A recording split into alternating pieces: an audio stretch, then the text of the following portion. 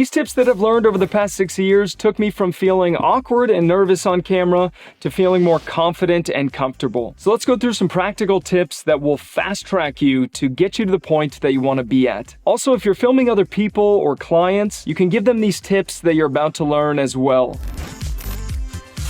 In 2012, I made a documentary for my family about my grandparents' lives, and my grandparents were so nervous when we started recording. My grandma had developed dementia at the time, so she was constantly messing up her words, she was forgetting what she was going to say, or completely leaving out words that made the sentence complete. But when they'd mess up and get frustrated, I reminded them quite a few times that those mess-ups don't really matter. This wasn't a live video after all. They could just start their sentence right before they messed up, and I could piece it together in the edit. This is a huge point that you can remember while filming, and it is something that I still remind myself. If you fumble over your words halfway through a sentence, just pause, think about what you're going to say, and either start from that word that you messed up on, or start again at the beginning of the sentence. The thing about candles is that they smell very good, and if you want to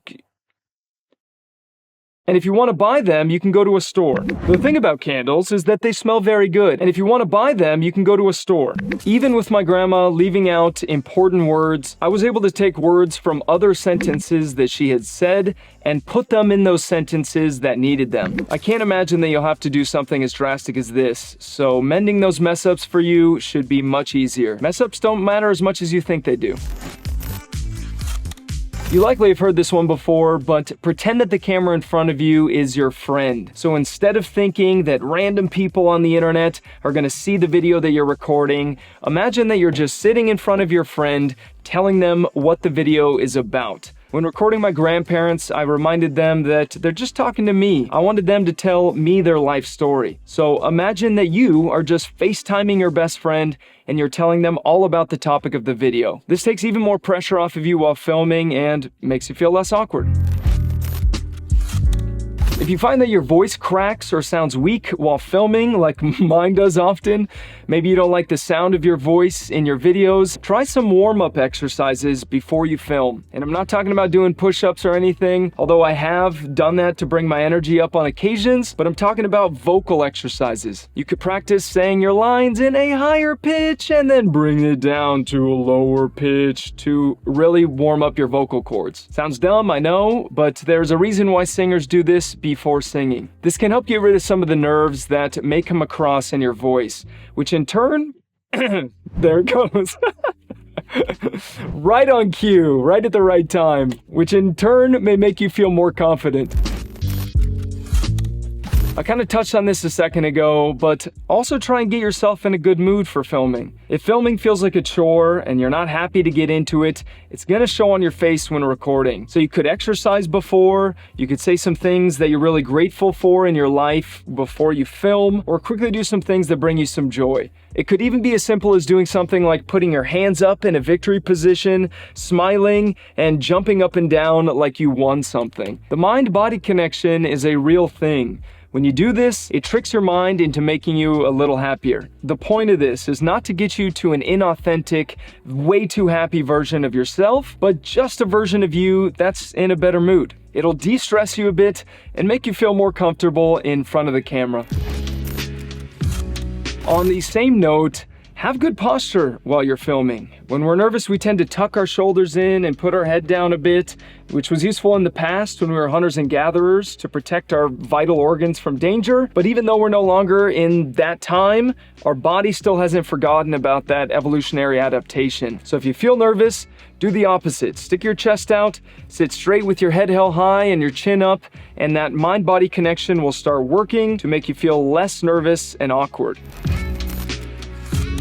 This is something that I'm still working on, even in daily life. You might sometimes try and say everything as quick as possible because maybe you think people don't like long videos or that you speak too slowly, but this makes sentences feel rushed and sound awkward. I even had a friend who used to speed up his videos when editing because of this, and this made them sound weird. Remember, we're our own worst critic. You likely don't talk that slow to other people, and you really don't need to talk fast for people to stay engaged. Plus, people can speed up the playback speed of YouTube videos if they really want. So just relax and take your time while speaking, and take deep breaths too. You can always edit out those pauses later when editing.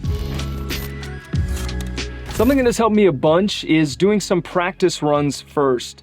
So try filming and delivering your lines once or twice, and by the third time, your video should be sounding significantly better. You may even find that you'll get it sounding good on the first or second take.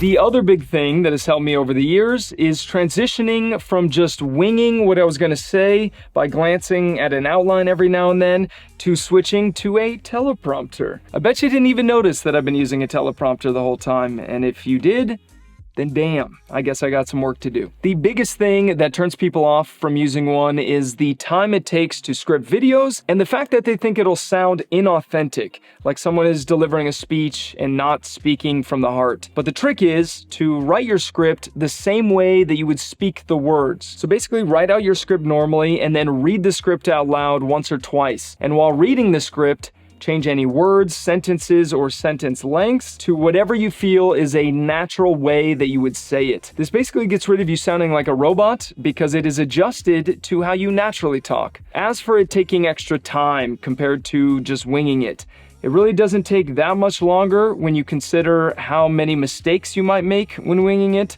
and how much you'll have to edit that out in post. At least with a script, you can get the point across as concise as possible and know what you're gonna say. As far as teleprompters that you can buy, there are ton of options out there. I bought mine many years ago, so it may be outdated, but it is called the Padcaster Parrot Teleprompter. And the app that I use is called Prompt Smart Pro, which I believe is a paid app, but luckily not a subscription. So what I do is just copy my script from Google Docs and I put it into the app. I usually change the font to be the biggest it can go, that way I can see it better. And then I adjust the margin width to be as narrow as possible. That way you can't see my eyes moving back and forth as much. Then I stick the phone in the teleprompter, which you're seeing right now, and it hooks onto my lens via a filter thread adapter. And as I read the script, it scrolls automatically, kind of like what you're seeing right now. Just getting the teleprompter and app isn't enough though. It is gonna take time to appear natural, like you're not a robot. But here are some key tips. Make sure you blink, not too much, but make sure you blink when using the teleprompter. You don't wanna look like this the whole time, unless you're trying to imitate, oh God, I blinked. Unless you're trying to imitate a psychopathic killer, and you'd be surprised how easy that is to do while reading. Apparently it's not easy for me to do though. Another tip is to not be afraid to look away every now and then. You should know your script fairly well. After all, you wrote it, so you should feel pretty confident about what is in the script. If you naturally look away every now and then while talking in your daily life, then try it while filming too. Also, if you want to improvise what you're going to say for a sentence or two, you can do that, no worries, because the app will just pick it up whenever it hears the next part of your script. This whole thing may seem like cheating, but it is not, and it is a way that you'll feel less stressed while filming because you'll know exactly what needs to be said, and it'll be said the way you want, making you less awkward on camera. At the end of the day though, you are your own worst critic. You probably don't appear as nervous or awkward as you think you do. So just practice the steps we went over and try to enjoy the process. Don't take it too seriously. I'm Dylan John, and thank you so much for watching.